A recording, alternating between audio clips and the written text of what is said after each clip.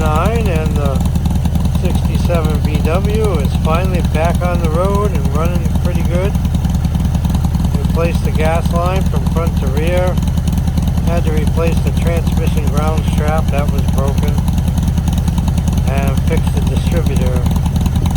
But I just took it for about 50-mile cruise and it seems to be running good.